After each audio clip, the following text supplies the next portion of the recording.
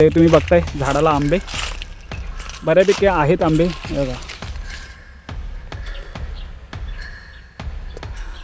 हे उंच नाहीत एवढा काय आंबा.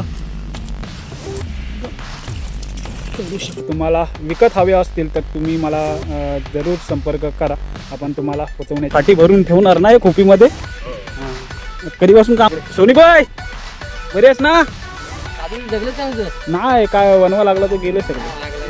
काय भैया उन्हातून कुठे फाट्या ना आता तुम्ही कुठे गेलेला? हो का बरे आहात ना? गावातली लोक अशी भेटतात रस्त्याला, विचारणा करतात बाबा कधी आलात. काजू किंवा आंबा जे काय आपल्याकडे होतात, कोकम नारळ सगळं काही आपल्याकडे होतं, पण आपण ते करायला लावायला मागत नाही. नमस्कार मंडळी, जय जिजाऊ जय शिवराय. मी महेंद्र काप आपलं पुन्हा एकदा स्वागत करतो आपल्या कोकणी भटक्या या यूट्यूब चॅनलमध्ये. मित्रांनो, आज पुन्हा एकदा गावी आलो आहे. सकाळी दिवा सावंतवाडी जी आपली सिंधुदुर्ग एक्सप्रेस आहे त्याने आलो.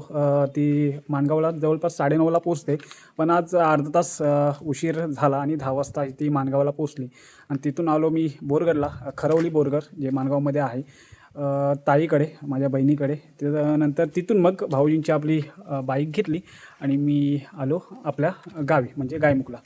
तर होलीपासून जवळपास खूप फेऱ्या झालेल्या आहेत गावी. जवळपास 5 ते 6 फेऱ्या ह्या गावी झालेल्या आहेत. आपला विषय पण आपल्याला माहितीच आहे आपल्या जमिनीचा, म्हणजे तो आता सध्या चालू आहे. आता गावीसुद्धा मीटिंग होईल, त्या मीटिंगमध्ये सुद्धा विषय घेण्यात येईल आणि तो निकालात काढण्यात येईल.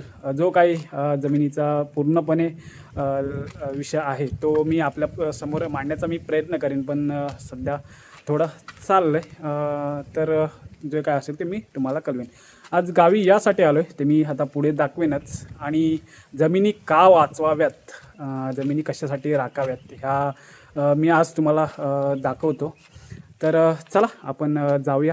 मी जातो आहे आमच्या कलमाकडे, म्हणजे जिकडे काजू वगैरे लावले होते तिकडेच चाललो आहे. तर चला आपण जाऊया.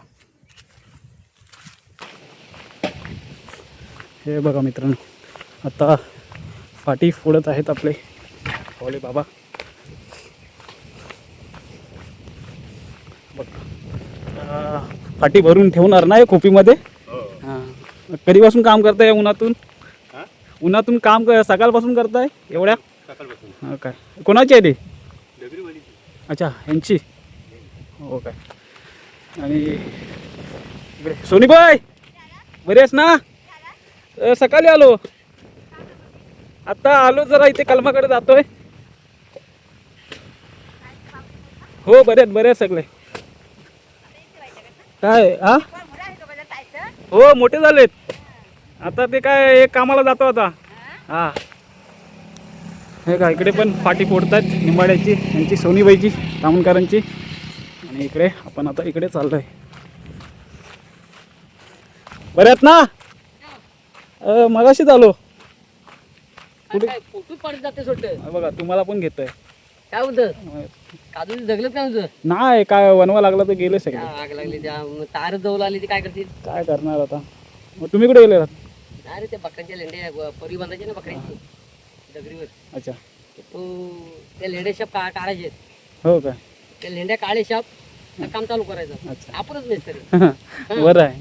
चला येते. सगळी गावातली लोक अशी भेटतात रस्त्याला, विचारणा करतात बाबा कधी आलास, काय आहे, सगळं व्यवस्थित चाललं आहे ना. आपली कधी मुंबईवरून गावी आलो तर प्रत्येकजण विचारत असतो. आपण पण सगळ्यांना बोलत चालत राहिलो तर आपल्याला पण विचारतात लोक. त्याच्यामुळे आपण जरी मुंबईवरून आलो तरी पण आपण सुद्धा गाववाल्यांची विचारणा केली पाहिजे. बघा आता पावसाळ्याचे दिवस येतील, म्हणजे जून नंतर पाऊसच सुरू होईल, तर फाट्यांची सुद्धा येते बघा. काय भैया उन्हातून कुठे फाट्या ना आता? हां हो, ह्या उन्हातून संध्याकाळी जायचा सकाळी जायचा. हां हां हां, खूप मोठी आहे, तिने पण आणलेत.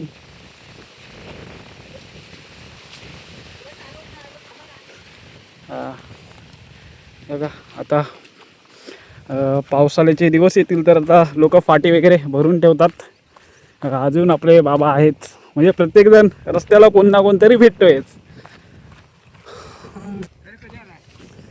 आलो सकाळी, आता ट्रेनने आलो. तुम्ही कुठे गेलेला? हो का, बरे आहात ना? अच्छा अच्छा. बघा माणसं रस्त्याला चालू आहेत आपापल्या. हे आता गेलेले आहे तिकडे, त्यांचं कलम आहे तिथे, फणस लावलेले आहे आणि त्याला पाणी घालण्यासाठी गेलेले आहेत. हे बघा रस्त्याला काजू वगैरे आहेत, आमच्या भावकीच्याच लोकांचे आहेत. आता मी आलो आमच्या जमिनीमध्ये, जिथे मी काजू वगैरे लावले होते. आपण मागे बघताय ते काजू वगैरे आहेत. जास्त नाही, गेल्या वर्षी पूर्ण वनवा गेला होता. म्हणजे कोरोनामध्ये जे 201 झाडं लावली होती काजूची, ते गेल्या वर्षी वनवा गेला. त्या वनव्यामध्ये पूर्णतः जळून खाक झाली. म्हणजे जी मोठी मोठी होती 6 वर्षाची, 6-7 वर्षाची, म्हणजे माझ्यापेक्षाही पूर्ण हाईटला जी झाडं होती त्या वनव्यामध्ये जळाली. आणि हे बघा पूर्णतः इकडे 201 काजूची झाडं लावली होती, पण पूर्ण तो वनवा गेला आणि पूर्ण जळालेले आहेत. क्वचितच राहिली जी जगलेत ते आता थोडीफार इथं आहेत. बघा एक, आणि इथे काहीच, म्हणजे जास्त नाही पण काहीच झाडे राहिलेली आहेत. 2, इकडे 3, 4, इकडे 5, आणि काही त्या साईडला आहेत झाडे. नाही तर ही पूर्ण जागेमध्ये काजू लागवड केली होती कोरोनामध्ये. तर पूर्ण ते जळून खाक झालेलं आहे. पूर्ण कुंपण वगैरे पण गेली. आता गेल्या वर्षी तारेचा कुंपण घालणार होतो, पण वनवा गेल्याने ते राहून गेलं. आणि इकडे रस्त्याचं रुंदीकरण पण चालणार होतं, त्याच्यामुळे ते कुंपणीचं राहूनच गेलं. हे बघ काही आहेत, ते आता आहेत ते रानटी आहेत, त्याला बघूया कलम करता आले तर.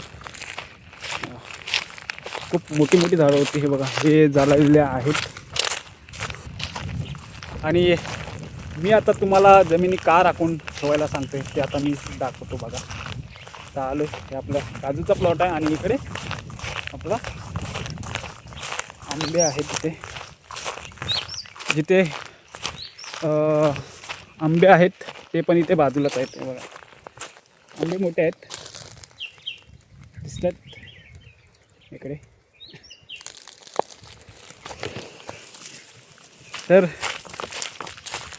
4-5 आंबे इथे आहेत आमचे मोठे मोठे. कोणी म्हणजे आजोबांनी किंवा त्यांच्या आधी कोणी लावल्या असतील तर त्याची फळं ही आता नातवांना खायला मिळतात. त्याच्यामुळे जमिनी वाचवा आणि त्या जमिनीमध्ये तुम्हीसुद्धा झाडं लावा. हा एकसुद्धा गेल्या वर्षी आंबा लागवड केलेली आहे. इथे आहेत जवळपास 10 आंबे लागवड केले होते, पण त्यातला एकच राहिला आणि 9 आहेत ते 2-3 मेले आणि ते 4 ते 5 हे वनव्यामध्ये गेल्या वर्षी लागला, त्या वनव्यामध्ये जळाले. आणि इकडे तुम्ही बघताय झाडाला आंबे बऱ्यापैकी आहेत. आंबे बघा हे तयारच झालेले आहेत. जवळपास आता हप्ता लागेल. 1 हप्त्यात हे तयार होण्यासारखे आहेत. वरती एक लाल झालेला आहे आंबा, तुम्ही बघताय, दिसतंय का बघा तुम्हाला? हे बघा लाल लाल झालं आहे ना.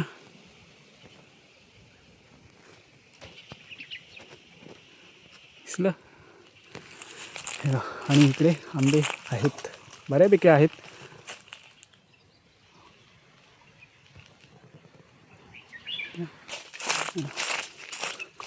जरा 10 ते 15 दिवस यांना तयार व्हायला जातील अजून. लाल झालेला हात ना पोचत.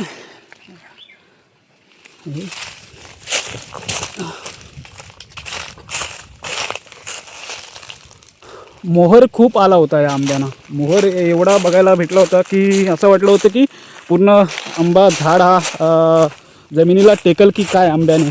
पण मध्यंतरी थंडी वगैरे खूप पडली आणि नंतर मग ते मोहर वगैरे गळाला, त्याच्यामुळे काही जास्त बघायला नाही भेटले. पण आहेत, याच्यावर पण आहेत आंबे, पण हे अजून छोटे आहेत. आंब्यावर बघूया, हा आंबा आलेला आहे यावर्षी. गेल्या वर्षी जास्त भेटले नाही, पण यावर्षी आहेत, बघायला मिळतात.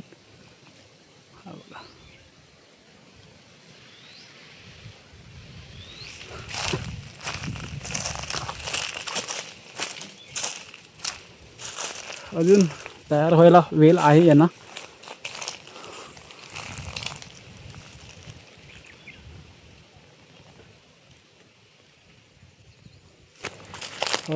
मंडळी, बऱ्यापैकी यावर्षी आंबा आलेला आहे. म्हणजे हा प्रत्येक हा आंबा आहे आमचा मागचा, तो एखाद वर्ष गॅप देऊन हा बऱ्यापैकी येतोच. म्हणजे खायला दरवर्षी मिळतातच. जरी हा नाही आला तर तो येतो, पण दरवर्षी थोडे का होईना खायला मिळतात. म्हणजे विकण्यासारखे नाही झाले तरी आपल्या परिवाराला खायला मिळतात. पण यावर्षी बऱ्यापैकी आलेला आहे. हा एक आंबा आहे, हा 2, हा 3 आणि त्याच्या पुढचा एक आलेला आहे. आणि हा पण येतो. हे जेव्हा चक्रीवादळ आला होता त्या वादळामध्ये सुद्धा आंबे पडले होते. जवळपास हा एक आंबा इथला पडला होता आणि तो एक जो आलेला आहे ना, तो एक चक्रीवादळात आंबा पडलेला होता. आणि हा पायरीचा आहे. हा पायरीचा आंबा काही जास्त येत नाही. गेल्या वर्षी आला होता, पण त्याचे आंबे काय आम्ही काढत नाहीत, कारण ते पावसाळ्यामध्ये पिकायला जातात. आणि हे काय पडल्यामुळे एकच फांद राहिले ह्या आंब्याला, त्याच्यामुळे ते काही जास्त येत नाही. पण हा आंबा बऱ्यापैकी आलेला आहे, दरवर्षीच येतो. जरी हे कुठले आले नाही तरी पण याच्यावर आंबे खायला मिळतात. तर हा होता आमचा आंब्यांचा प्लॉट. आणि तिकडे आहे काजूंचा प्लॉट. तर मंडळी, मला जवळपास 3 ते 4 वेल हे आंबे जे घेणारे असतात. म्हणजे आमच्याकडे पाबरे आहे गाव खाली असल्यामध्ये, त्या पाबरे गावाचे मुस्लिम बांधव आहेत, ते आपल्याकडे आंबे घेण्यासाठी येतात. म्हणजे जे काही तुमचे आंबे असतील, म्हणजे पूर्णतः झाडं आंबे नाही, झाडं घेण्यासाठी येतात. म्हणजे ते झाडं घेतात आंब्याची आणि ते स्वतः राखतात आणि त्याचा मोबदला आपल्याला देतात. पण त्यांना जर आपण झाडं दिली आंब्याची राखायला, तर ते संपूर्णतः आंबे घेऊन जातात. आपल्याला काही मिळत नाही खायला. तर मी तसं म्हटलं की त्यांना म्हटलं की मी अजून काय आमच्या आंब्यामध्ये काय कलमामध्ये गेलेलो नाही, त्याच्यामुळे मला काय समजणार नाही की तुम्हाला किती रक्कम सांगावी. तर मी म्हटलं की मी आधी जाऊन येतो, कारण माझ्याकडंसुद्धा इतर लोकांच्या ऑर्डर जवळपास मला 40 ते 50 डझनची ऑर्डर मला आलेली आहे. की माहिती असतं, मी गेल्या वर्षीसुद्धा 60 डझनच्या आसपास आंबे विकले आणि त्याच्या आधीसुद्धा विकले होते. तर ती लोकं पुन्हा पुन्हा विचारतात की बाबा यावर्षी आंबे आलेले आहेत का. तर मी त्या मोमेटिन जे आहेत समाज बांधव, त्यांना मी बोललो की बाबा मी सांगतो. तर मी आता त्यांना आंबे न देता मी माझे विकेन, कारण बऱ्यापैकी हे आंबे आलेले आहेत. जवळपास 60-70 डझनच्या वरतीच आंबा आपल्याला मिळणार आहेत. पण थोडाफार उशीर होईल, कारण मे उजाडेल बहुतेक, किंवा मेच्या आसपासच मे किंवा एप्रिलच्या एंडिंगपर्यंत आपल्याला आंबे भेटतील. तर आपण त्यांना आंबे न देता आम्ही स्वतःच हा आंबा विकणार आहे. जे काय भाव असेल ते पुढे मी सांगेनच. तर आपण जाऊया. मी वरती चढतो आंब्यावर, ते आंबे वरून पण दाखवतो. वरती आहे ना लाल लाल झालेले आपल्याला, मी आत्ताच बघितले इथे. आंबा चढायला काही एवढा हार्ड नाही, जवळच आहे, फांद्या व्यवस्थित आहेत, उंच नाहीत एवढा काय आंबा चढू शकतो.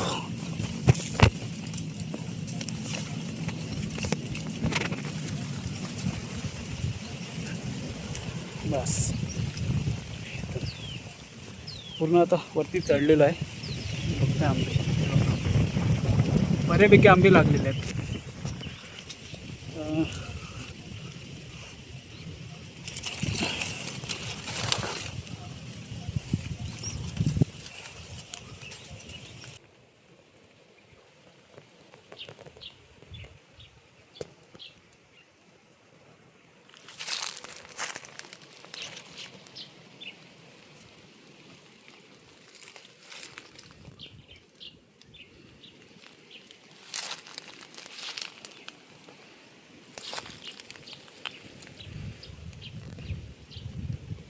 तर मंडळी, हेच आमची 5 ते 6 झाडं ही आजोबांच्या कालापासून जे आहेत ती मी तुम्हाला आज दाखवायला आलो. बऱ्यापैकी 2 आंबे तर आलेले आहेत चांगले, आपल्याला खायलासुद्धा मिळतील आणि विकतासुद्धा येतील. जर तुम्हाला विकत हवे असतील तर तुम्ही मला जरूर संपर्क करा, आपण तुम्हाला पोचवण्याचे प्रयत्न करू.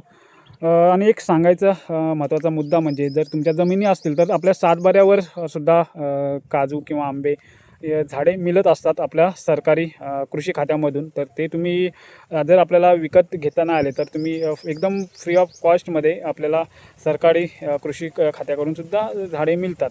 पण त्याला एक त्यांचा क्रायटेरिया आहे की 4 ते 5 एकरच्या आतमध्ये सातबारा असला पाहिजे. तर तुमच्याकडे जर असेल जमीन तर तुम्ही सुद्धा घेऊन लागवड करू शकता. हे आता जे आमचे काजू झालेले आहेत ते सुद्धा मी सातबाऱ्यावरतीच घेतले होते, पण गेल्या वर्षी आग लागली आणि ते पूर्ण जळाली. पण यावर्षीसुद्धा मी लागवड करण्याचा प्रयत्न करेन, कारण हे आजोबा पंजोबाने किंवा इतर कोणी लावलेली झाडे हे जर आपल्याला खायला मिळतात तर आपण सुद्धा आपल्या जमिनीत असे काजू आंबे लावून ते आपल्याला पुढच्या पिढीलासुद्धा खायला मिळतील.